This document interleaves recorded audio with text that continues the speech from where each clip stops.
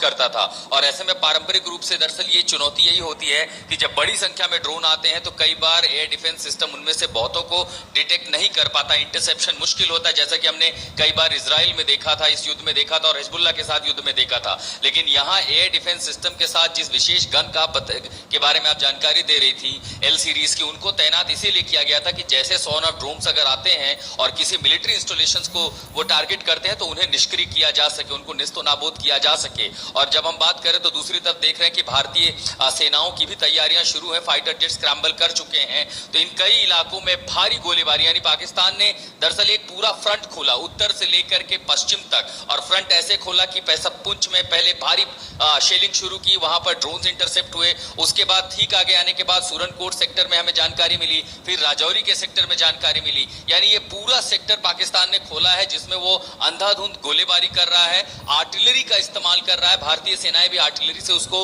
जवाब दे रही हैं। और वहीं जो मिलिट्री इंस्टॉलेशन है, खासकर जिनकी जानकारी पाकिस्तान को संभवतः थी, ऐसे में वो उन जगहों पर वो ड्रोन से हमले कर रहा है या फिर छोटे रॉकेट भेज रहा है। जाहिर है उसका सबसे बड़ा निशाना जम्मू था, क्योंकि उसे पता था कि जम्मू ऑपरेशनल कमांड से अगर आप देखेंगे नॉर्थ में तो जम्मू और कश्मीर एक बहुत बड़ा और लगभग सबसे बड़ा बेस है। और इसी को देखते हुए अब जवाबी कार्रवाई जब भारत कर रहा है तो साथ में दूसरी चुनौती, आप जो जिस जानकारी हम दे रहे हैं कि कैसे गृह मंत्री ने तमाम जो अर्धसैनिक बल हैं उनके मुखियाओं से बात की है, क्योंकि एक चुनौती ये होगी कि कहीं लश्कर जैस अपने जो ऑपरेशनल कमांड है देश के अंदर सीमाओं पर, वहां उसे चुनौती, वहां कहीं उसको एक्टिवेट ना करें तो एलएनओ की सिचुएशन भी हम उसे बेहतर कर सकें। और साथ ही अर्धसैनिक बलों का जो पार्टिसिपेशन और जहां जरूरत हो उसमें भी हम उनकी भूमिका को जो है और मजबूत कर सकें। लेकिन फिलहाल जैसा आपने बताया कि चूंकि अब आर्मी जो है फ्रंट पर है, सेना कमान संभालेगी, और इस समय सबसे ज्यादा, ये हमेशा कहा जाता था कि अब जो कन्वेंशनल युद्ध होगा उसमें सबसे ज्यादा रोल एयरफोर्स का होगा। और देखिए कि सब कुछ हवाई हमले हो रहे हैं, पाकिस्तान भी कर रहा है और ऐसे में एक पीओडब्ल्यू जो कि एक फाइटर पायलट है वो भी पकड़ा जा चुका है। इस तरह की तमाम जानकारी आ रही है। लेकिन इस पूरे सेक्टर में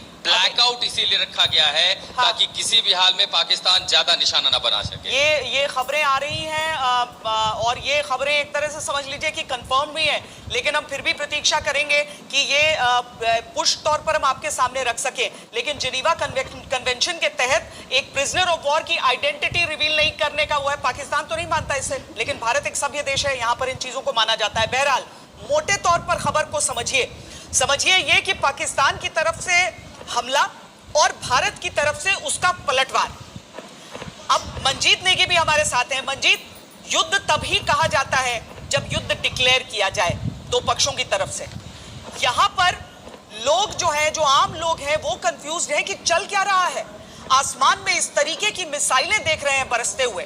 भारत क्या सोच रहा है इस समय? पाकिस्तान की तरफ से ये जो कार्रवाई है, हम पलटवार तो कर रहे हैं, लेकिन इसके अलावा इस परिस्थिति को हम क्या नाम दें? देखिए श्वेता, भारत इस स्थिति को लेकर पहले से तैयार था। आपको याद होगा कल